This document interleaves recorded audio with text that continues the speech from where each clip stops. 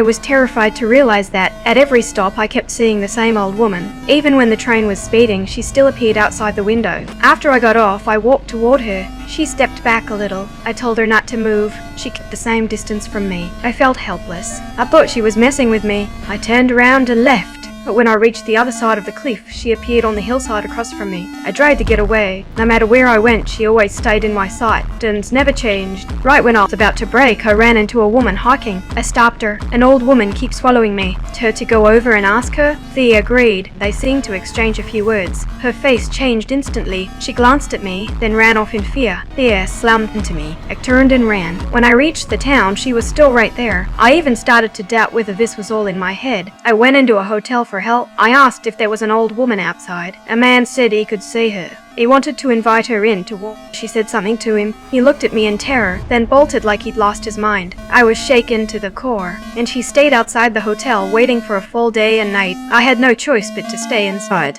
3 days later, the owner forced me out, because after that night, her man vanished. I was out of options. I could only ask my mother for help. I needed to know what the old woman was saying. I stayed on the phone with my mom. She walked toward the old woman's. The voice on the line grew more and more distorted. I told my mom to cover her ears, but it was 1 second too late, then turned and ran. When I caught up, she stared at me with pure disgust and drove away without hesitation. After that, I could never reach my mother again. I found an organization that studies the supernatural. I wanted them to help me. I described the old woman in detail. They issued orders right away. A large unit of special forces moved in on her. They were specially trained, but right as they were about to grab her, every one of them stopped at the same time. Even she did. Her face turned serious.